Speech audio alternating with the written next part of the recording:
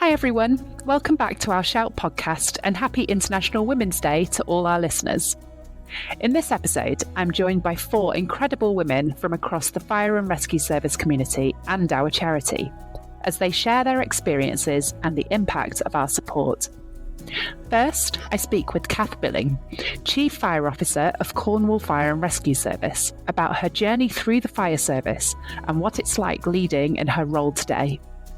Then, Tess Churchill, Wellbeing Coordinator for Surrey and East Sussex Fire and Rescue Services, opens up about her recovery from ovarian cancer and the support she received from us, marking Ovarian Cancer Awareness Month.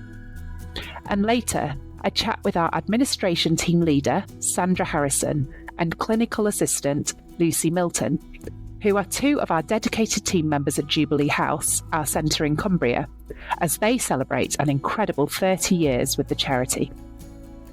Please remember to rate, follow or subscribe to the show on your usual podcast platform to keep up to date with this and more of our episodes.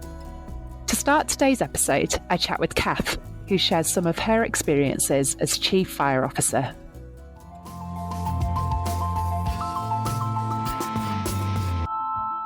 Well, thank you so much, Kath, for joining me on International Women's Day to discuss your role and also your thoughts on the charity and your progression throughout the fire service.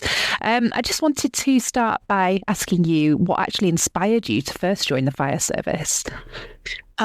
So my boss at the time, so I used to work in accounts in a builder's merchants. Oh, wow. And he heard the advert on a local radio station for retained firefighters or on call. And he said, "Oh, I think you should do that because it'll get you out the office and give us a break." I think he was joking. And I popped down to the station, inquired, and I can remember phoning my friend saying, "Oh my goodness me, the uniform's really nice. It's not green like the ambulance, it's red and black." She's like, "Oh, it's really smart." Got in the fire service and yeah, the rest is history really. Joined on call and then 18 months later joined whole time, and what are we now, 25 years on? So yeah, like I said, the rest is history. So however, I would say the jobs I've always done, I've always sought, I've always wanted to do something for the community. I was a baker and I used to say, I'm baking bread for the village, for the community. I'm making pasties, in Cornwall for the community. When I worked in accounts in the builders merchants, it was always about building homes and kind of constructing things for the community. So I think I always had that community value base, wanting to do something with that kind of greater purpose for other people. That's incredible. Yeah, a lovely reason for joining. Did you always kind of have aspirations to climb the ladder essentially and get to where you are now, or did that come with experience? So when I joined, I was very much of the understanding that because I joined a bit later enough, I was 26, and back then things were different, and you had to get to a certain level to be able to kind of work on past the age of 50. So it was always very much, will you do 30 years, which meant that I had to get to, my understanding at the time was assistant divisional officer or group manager now, before I was 50, so that I could, do my full 30 years of service. So initially the driver was being able to commit to my whole 30 years of service. So I had to get to a certain level. And then I realised that probably I wanted to, maybe I wasn't a very good firefighter, so maybe I needed to kind of be a better manager. So no, in all seriousness, I wanted to kind of reach out and do different things. It was something that progression felt natural. Good. Did you work alongside many women when you first started, and has that changed at all in the time you've been there? So I worked alongside Emma, the first female whole-time firefighter, Alethea, who's our longest serving female firefighter in Cornwall.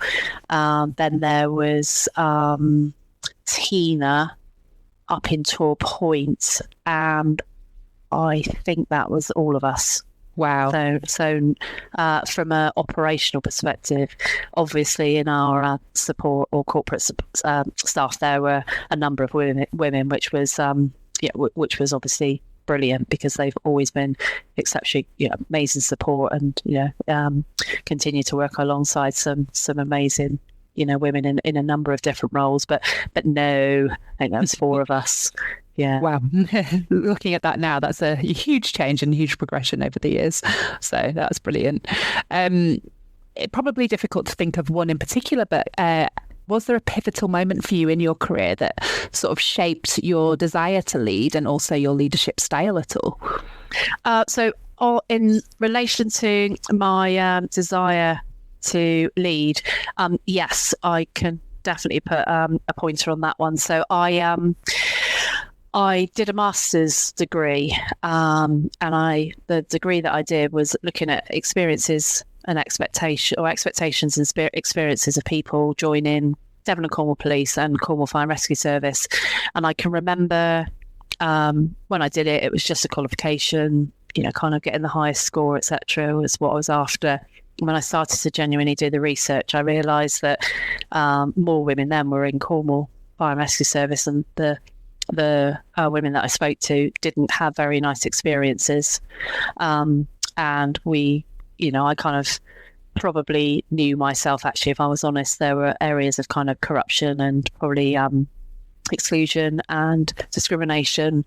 And I can remember going, I don't want to work in this organisation anymore. So I went to the chief at the time, who'd just joined, plonked myself in his office, literally, and went, we got a problem, laid it all on the line, and he went, yes, I know, and I'm going to sort it. And that was when I decided to, it's really cliche, isn't it, to be part of the solution. I love that. Yeah, rather than, so I had 2 choices. I could have either left, or I thought, no, do you know what? Let's go. Let's try and make those changes and be, part of that solution. And that's what led me then to kind of take up that leadership mantle, because I thought then at the time, that the higher you got up, the more, the greater difference you could make. I think it is fair to say. So that was it then. Yeah. Yeah, brilliant. And have you faced any challenges in your career, whether it's as Chief Fire Officer or before, any that really stick in your mind?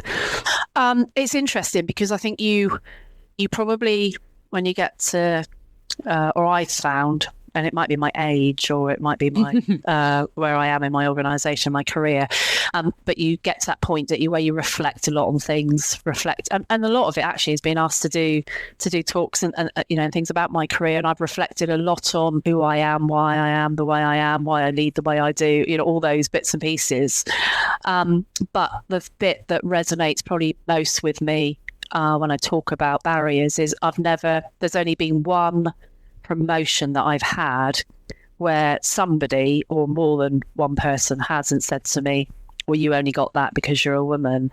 And that's not the role I'm in now. So when I became chief, a number of people said, well, you only got that because you're a woman. Sure. And I think it's just been, it's funny, I was talking to somebody in finance the other day, a woman locally, and we were just talking about, you don't realise as a woman how hard it is, but you don't realise that your experience is different to men, because it's just what you do. And it's not until you, again, discuss, reflect, and speak openly with some amazing men, and it's like, well, this is my experience. And they're literally like, wow, gosh, really? Yeah. And that's when it starts to hit home, the barriers that you face, but you don't know they're barriers, because you just naturally think that it's there for everybody goes through those. Now that I know that, it's kind of, right, how can I, and that's what it's about, isn't it? International Women's Day, recognising and trying to say, look, we've got to continue to remove those barriers for people, which again makes my role that much more important in the context of, how can I role model? How can I remove those barriers? How can we lift up other women to kind of to have that parity of experience with our male colleagues, really? Yeah, it's incredibly inspirational, I'm sure, for many joining now to hear those words. So yeah, that's fantastic. Hopefully they don't. Hopefully they don't see the barriers. And I'll share this with you really quickly.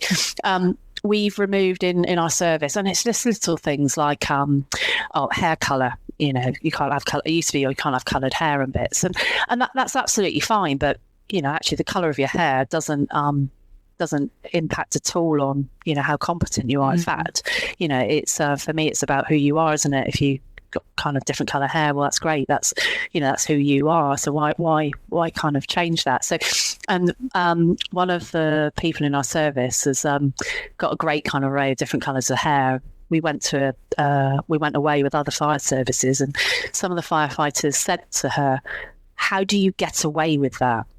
Really? And she said to me, and when we kind of broke for a kind of a bit of an afternoon kind of cuppa, she said, "I don't understand what they was asking me." She said they were like, "Oh, why? How'd you get away with that?" She said, "How do I get away with what?" And they're like, "Oh, the colour of your hair." And she's like, "Well, I don't know what you mean." And I went, "Good, because I've consciously removed that barrier, because it's one that doesn't need to be here." And she's like, "I didn't really understand what they were asking me." So it's that thing of, actually, I don't want people to know, it's almost like she was unaware that was even a thing. It was normal. Yeah. Absolutely. And that's that thing, isn't it? If you don't really recognise the barriers that you face until they're gone, and somebody comes back and goes, "What are they talking about?" So, don't worry about it. Don't worry, it's gone. You don't ever need to worry. That's progress right there. That's amazing. And how have you found balancing? Because it's a demanding role, incredibly so, from firefighting to where you are now. How have you found balancing your role with personal life and well-being? I think it's absolutely fair to say, whether I consciously did it or not, but and I wouldn't ever call it a sacrifice, but I have probably just because of kind of my so I was kind of like a sole carer of my dad and bits and pieces early on, so I probably never entered into that kind of relationship family part. So for me, it's probably been a lot easier than probably a lot of other women.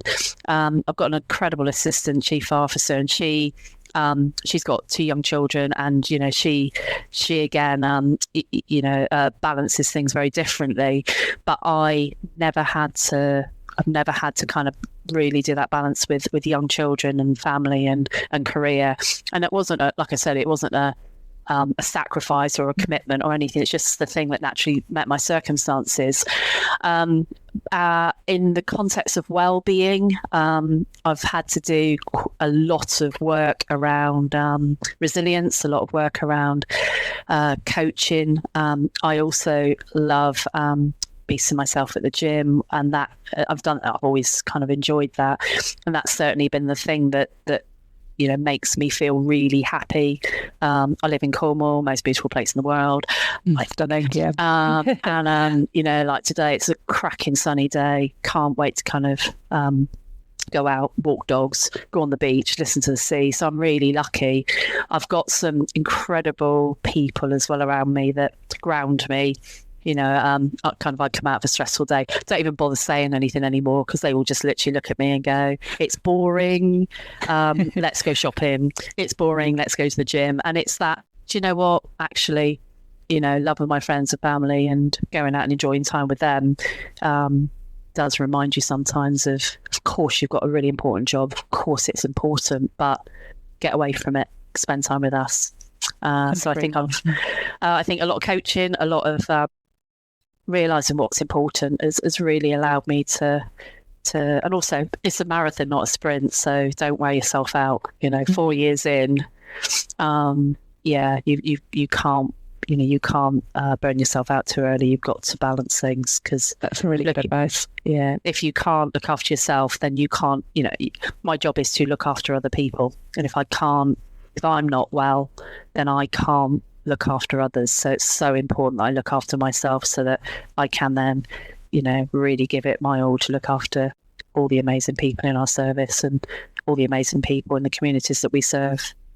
I think that's fantastic advice for every stage of the fire service, to be honest, at whatever stage you're at.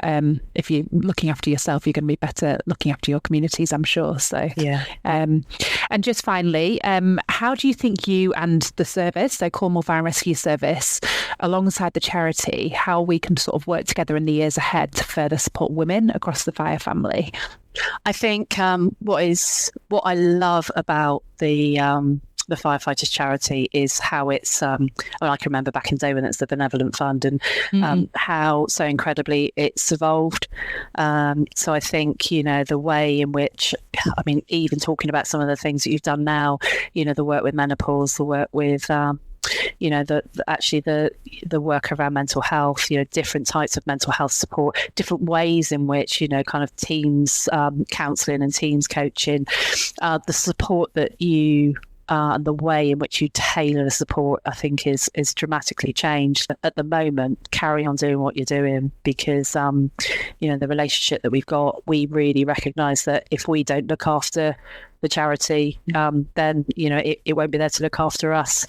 And past, it really is something that we concentrate on. The legacy of the charity is so important because it's been there for us, and we need to make sure that it's there for others in the future. Thank you. A lovely message to end on there, Kath. Thank you very much. Next, I chat to Tess, who works for both Surrey and East Sussex Fire and Rescue Services as a Wellbeing Coordinator, about how she overcame both ovarian cancer and breast cancer, and also how we have supported her with both her physical and mental health. Thank you so much for joining me today, Tess. Can you just introduce yourself? So your name, first of all, and also your position with the Fire and Rescue Service.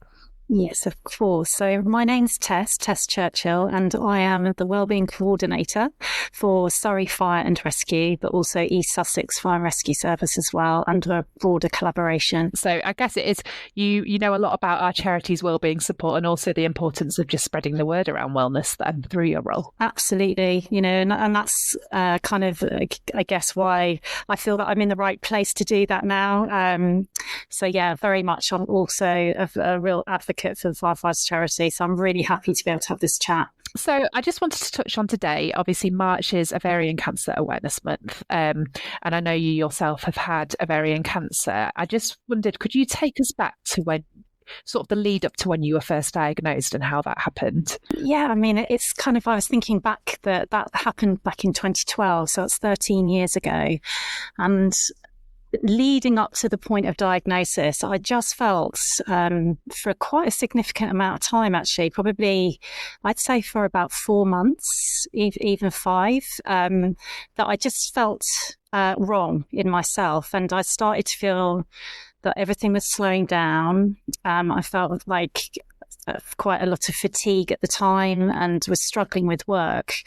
But realistically, I think what really showed to me that something wasn't right was I started to get some abdominal pain and bloating, and it just wasn't going away. So I realised then that, the fact that it was persistent and it was outside of my norm, I really needed to go and get that checked out. So I went to the doctors, and basically a few minor investigations were done, and they felt that perhaps I could benefit from a course of antibiotics. So I think it was just put down to either an infection or perhaps IBS symptoms. So obviously the antibiotics didn't work, and if anything, my abdominal pains were getting more severe, and was just having a impact on me day to day. So I went back to the doctors. They put me on a stronger dose of antibiotics, and then I think I went back a third time and not much was done. They just said, let's just monitor this. And then eventually I went back on the fourth occasion. So this was probably about a month and a half later. Just broke down, to be fair. I just felt so exhausted with it all, and I just knew in my gut that something was not right. So that's when I was given the opportunity, or the doctor decided to do a CA125 blood test, which is basically a tumour marker that they use for ovarian cancer. I didn't know that at the time, obviously. I was a bit naive to it all, because none of that had even gone through my my head, if I'm honest. So then I got a phone call that evening after having that emergency blood test and was kind of fast tracked. So that's when they were wanting me to have further kind of investigations and biopsies to see if it was indeed tumours, which it was. So yeah, and it wasn't till after I'd had the surgery that they could actually confirm it was cancer, because you can be identified as having tumours, and I had two tumours, one on each of my ovaries, the size of apples. So it was quite a shock. It was quite a shock when we kind of found out. And then obviously latterly, once they had done a further biopsy, they realised it was cancer. So yeah. Gosh, incredibly scary time, I imagine. It was. And I think you kind of go on to autopilot. Well, I certainly did. But I think I was just relieved after that final time of going to the doctors and breaking down that at least I knew I was getting the right care at that point onwards. So it's scary, but you are so surrounded by amazing people that really have your back. Macmillan nurses are there from the get-go to try and navigate you through all the medical terms and the scary conversations that you're having, I guess, with the medical professionals. So yeah. That's a lot of pushing from your side. You knew something wasn't right and you persisted. Is that a message to you now for other women who might they've noticed something different in their bodies, just to listen to their bodies and push for those answers? Yeah, exactly that. And, one thing I do in my role as a Wellbeing Coordinator is very much push the message around self-awareness and how important that is for our overall well-being. So it kind of factors in our health and well-being. And the reason I say that is because I think, if you have really good self-awareness, then you are able to then take a bit of positive action, or get, and by that positive action, it may lead to what happened to me, where I was able to get early intervention because I knew something was wrong with me. It wasn't right. It kept going on and on and on. It wasn't going anywhere. And so I listened to my body. And I think, self-awareness counts for both our physical health, but also our mental and emotional health as well.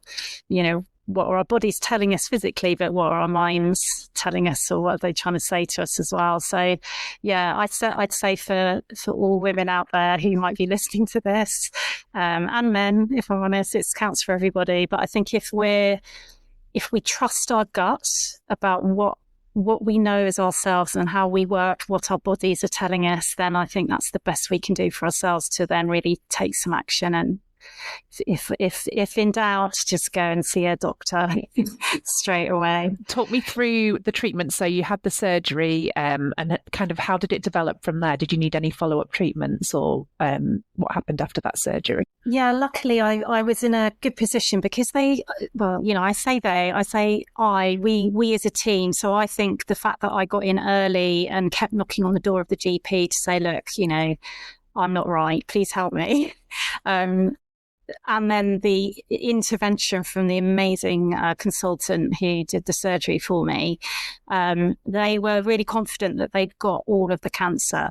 So at that point, they said to me they didn't feel it would necessarily add value to have any further, kind of post-cancer treatment such as chemo or radiotherapy. So I was really, really relieved for that news. I think, what I would say is that after having the cancer removed and all that went with that, because obviously there is a real emotional factor to that, which still kind of gets me now, but it's something that I'm just grateful that I'm, able to have life now.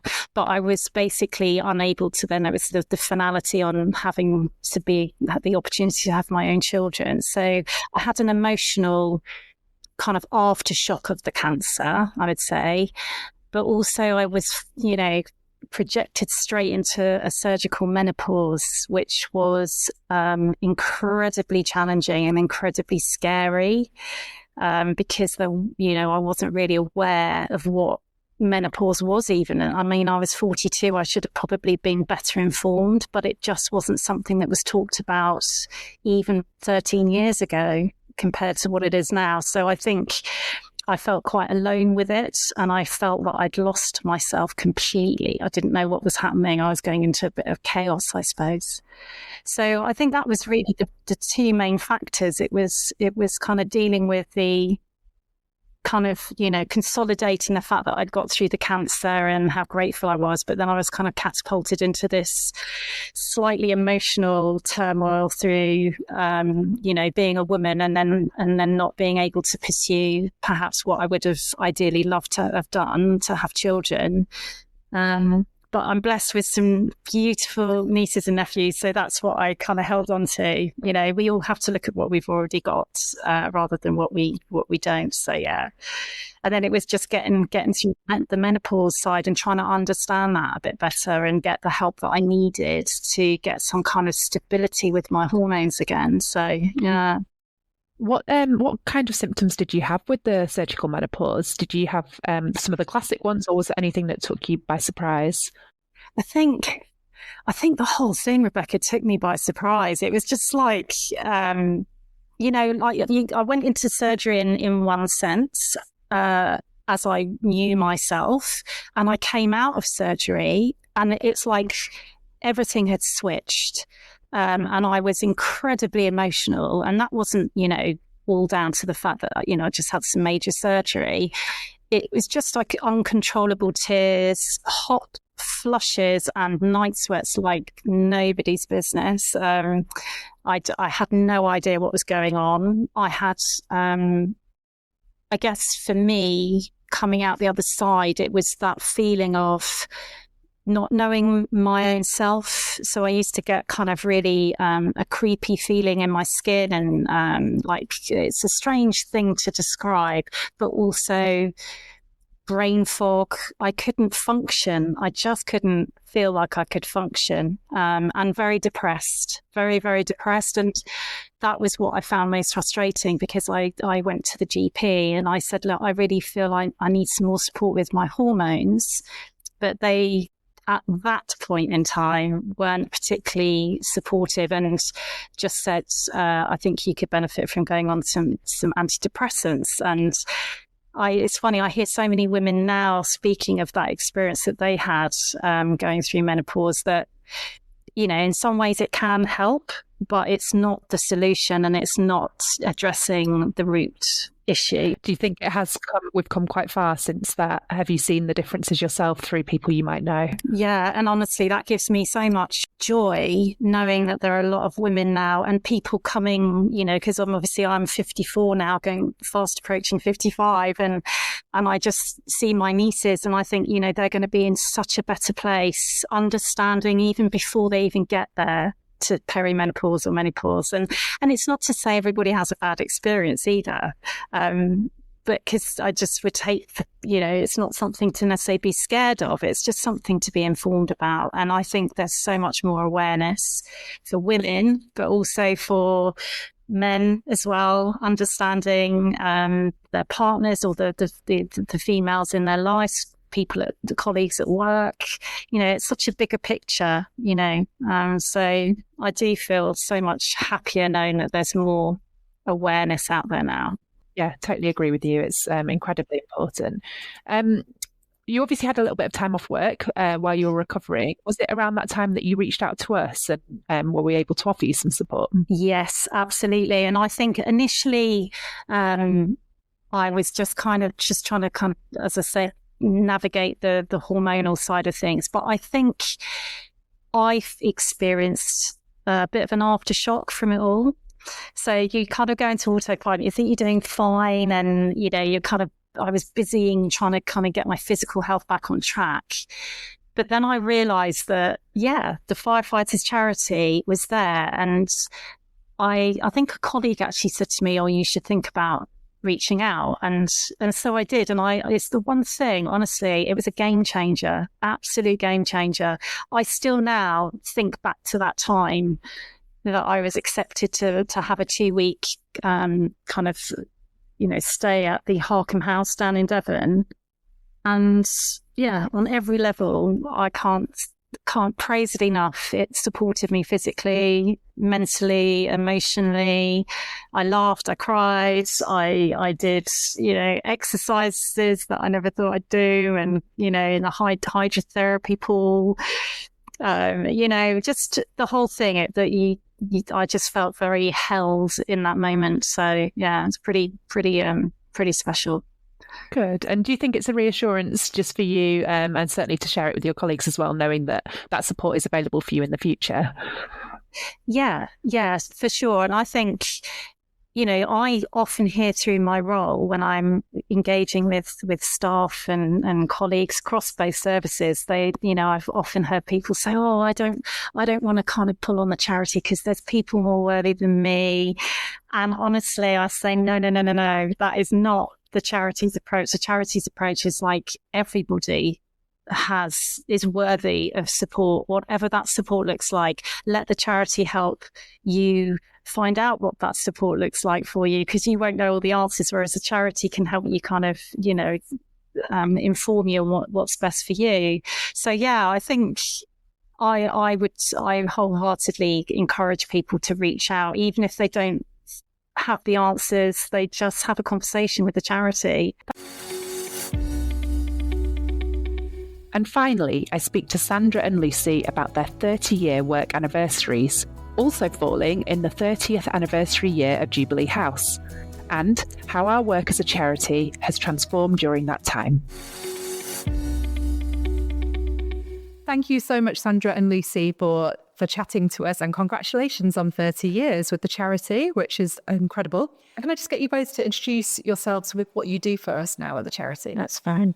I'm Sandra Harrison. I'm the admin team leader at Jubilee House, and I started here in 1995 as head housekeeper, and then I moved into admin in 2004.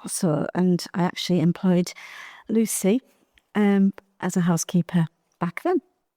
So I'm Lucy and a clinical assistant now, but I came as a housekeeper at the beginning, and then after 5 years went on to the nursing team. Perfect. And what inspired both of you to actually join the charity back in 1995? I think it was just something new to the area. It looked very exciting. The advert in the local newspaper was just different to what was around here, and it looked like it was going to be a challenge. And has it been a challenge? It has been a challenge, but it's been a very good challenge, a very, very good challenge.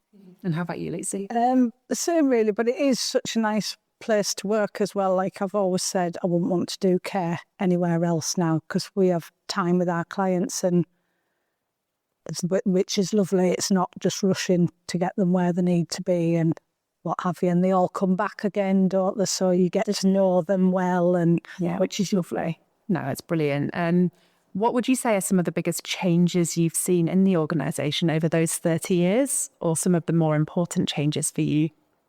So a lot of it was when we first opened, we were just a rehabilitation centre, and it was purpose built for that. It was the only centre the charity had. And over time, we've introduced psychological services, the welfare services. You were saying the rent. Yeah, we've done a lot more external things. So we've now rent out the properties in the grounds, which originally were built, they are built for permanent residents, the retired community. But now, as they've become vacant, they have been let out for holiday rentals and used for rest and recharge as well. But that's brought a lot of new challenges as well, because we meet loads of not just the fire service community but general public, and it's just really nice. And then we have a lot of facility hires, so we've got swimming lessons that come in every evening and at the weekends. We've got we do the Children's Burns Trust weekends, which is lovely. All sorts of different things that it brings in income, and it's just lovely to have at Jubilee. And you've probably seen quite a growth in the amount of people that are coming, and service users that are coming to Jubilee House, have you, in that time? Big time, especially since we've had the psychological services and the rest and recharges taken off as well on the welfare side. It's a massive change, it's a big change. The digital side as well, isn't it? Just having digital physio. Yeah, and then outpatients as well that we've started taking. It's really nice to have that. Have you got a particularly memorable moment, whether that's with a service user or just through your own experiences in your roles? I've got one with a service user who had a stroke, and all he really wanted to do was be able to put his socks on his own, so his wife didn't have to help him. And like I said before, the beauty, we have time here, so I spent an hour with him figuring out a way he could do that, and he managed it in the end, and that made a huge difference to his quality of life, even though it was quite a small thing.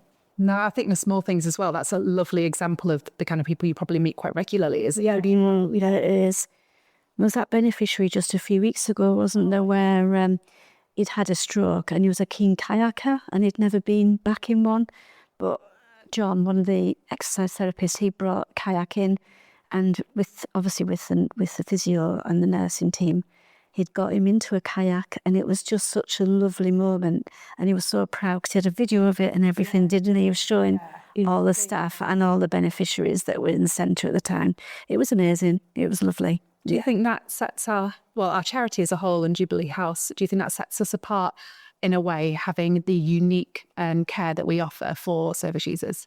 Definitely. Yes, it does. Definitely. That's it. Because it's not just about, you don't just have that one interaction and that's it. And then you've got that thing where they can come, they've got the digital support, and, they can pick up the phone anytime and come back on return visits as well. So that's it. Amazing. Just tell me, this is probably a tricky one, but any of the key challenges that you've both faced over the time that you've been at Jubilee House? I would say probably COVID. Yeah. The hardest one, very sudden, been off work for 14 months, and that was quite challenging. Especially when you're used to being here full time and it's kind of a routine, and just not seeing people in the same way, because we are like a family here, aren't we? Yeah. We all look out for each other, so it's just, that was hard. It was tough. And did you find it challenging even coming back? Yeah, there was big change. Yeah, it was all very segregated, wasn't it? And yeah, it was a lot of guidelines in place. But then I suppose a positive from that was that the digital really took off on the back of that, because we had to move with it quicker, didn't we, and what have you. So I suppose that's a positive from it. Do you meet a lot of service users that mention the fact that they have different avenues of support, so they might use the digital before they come to Jubilee? A lot, especially when we're, as the admin team are checking them in, they're used to seeing the physios over the screen, possibly, or speakers from the telephone, but they are still very, very nervous when they're coming into the centre, and they're like, I don't know what to expect, but I've done it on screen before. But we're like, no, you'll be fine, and it's so lovely. But by day 2, they're like it's never happened, It's fine. What advice would you give to younger employees or volunteers that are just starting their journey with the charity? I would say, remember, it's such a fantastic place to work, not just Jubilee, but the whole of the charity. And just to remember that who you're looking out for, who you're doing it for, and the compliments that you get at the end of it, I think that's really nice. Yes, it's very positive. Yes, it is, yeah. How have you both, because it's obviously International Women's Day that we're sharing this, how have you both felt supported in your roles as women by the charity over the years? Yeah, very well, actually. Yeah, they're very accommodating, especially, obviously, we've both got older, adult children now. But yeah, when my daughter was very young, and it's probably the same for your son, they were very supportive, flexible in the shift patterns, if you could swap days around. If you needed to go because they were poorly or in hospital or something like that, you could go and collect them. And then it was just, very, very supportive over the years. Yeah. Definitely, yeah. Brilliant. And how have you both actually found juggling work and home life over your time here? I found it all right because, like you say, very flexible. So, my shifts patterns did change when I first come back, and but then they've gone back to normal as my son's got older and stuff. But it was never an issue. There was always a solution, wasn't there, to work around everything so that you could. And even with elderly parents and that, very supportive. It's about sorting them out if something happens and worry about the rest of it later and everything. Interesting that you've got the support mates. Yeah, definitely. Have you seen changes and progress potentially in gender equality across the fire service through your roles? So, for example, would you say there's more of a balance now between men and women coming through the doors of Jubilee? Definitely. A massive change, isn't there? Yeah. When we first opened in 95, obviously it was quite male dominated, but now the amount of women that come through, it's just, and also at the beginning, a lot of the women were just partners, that's firefighters, whereas now we see a lot more female firefighters coming through. that's it, yeah. Good. Excellent news. How did you both celebrate 30 years? Was there anything that you did, each of you? I bought you a bunch of flowers and a 30 bunch of flowers. And yeah, I'm afraid that Jubilee House embarrassed me, and they they surprised me with flowers and cakes, and Andy did a speech, and it was but then I just had a glass of champagne when I got home, obviously after I'd driven home. So it was nice, but it was lovely. And then I've got lots of lovely cards off people. It's just, and lots of it's comments. What people think. Yeah, when you read the comments on the cards, that's what it kind of touched at my heartstrings. It was just lovely because it doesn't feel like it has been 30 years. That was my next question. Yeah, it doesn't feel like it at all because no 2 days are the same. Yeah, it's gone quick. It has gone really quick. We were saying that like with the kids as well. Like we didn't have any kids when we started, and now they're grown up. That's just like, where's that time gone? No, a little bit more personal about both of you now, but have you got any particular hobbies, or what's your life like away from work?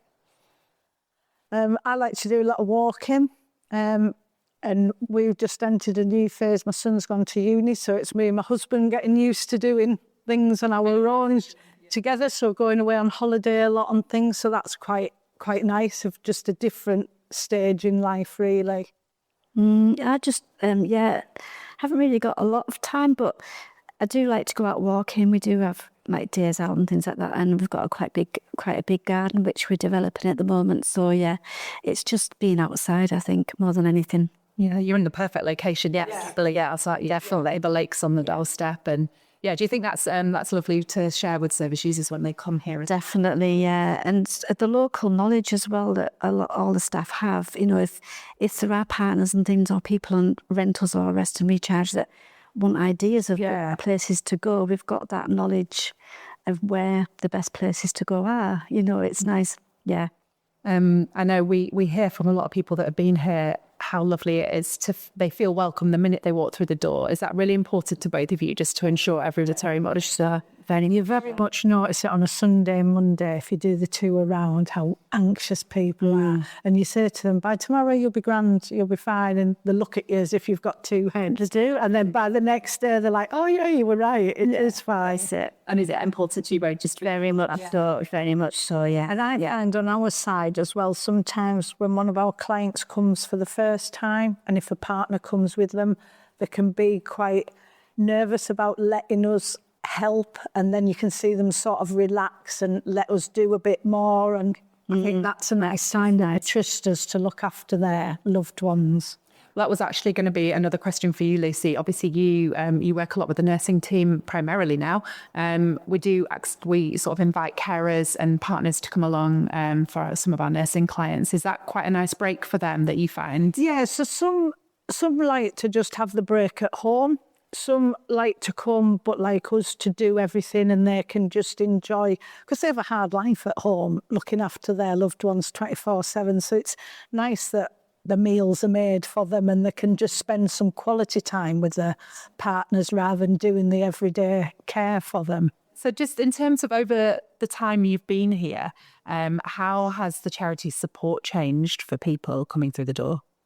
So originally it was just for physical problems that you could come for, and then we did start introducing a stress awareness course, it was called then. So there wasn't counselling or anything, wasn't it? No, just it was lectures on it. But even back then you had to come with a physical problem to access that. You couldn't come primarily with a mental health issue, whereas now they look at the bigger picture, not with welfare and psychological services, that's saying supporting the family as a whole, not just the individual. So it's really good. So it evolves quite a lot, hasn't it, over the years? It has. It's a whole package. It's a whole person thing. It's recognised that, if you're going to have you've got mental health problems, you've got physical issues as well. So yeah, it has evolved a lot over the years. Huge thank you to Kath, Tess, Sandra and Lucy for chatting in this month's episode.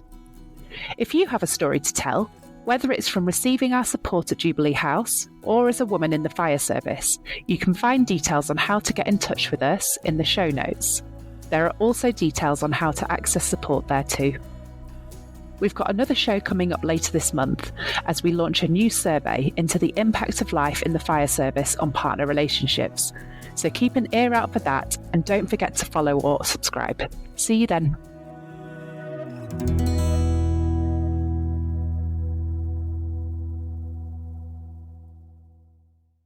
If you liked Shout podcast, you're going to love My Firefighters Charity, the new social media wellbeing and fundraising app for the fire services community.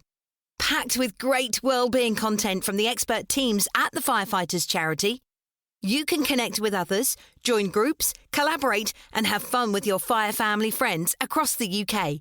And you can get the advice and help you're after from the Firefighters Charity whenever you need it. Head to your app store, search for My Firefighters Charity and register for free today.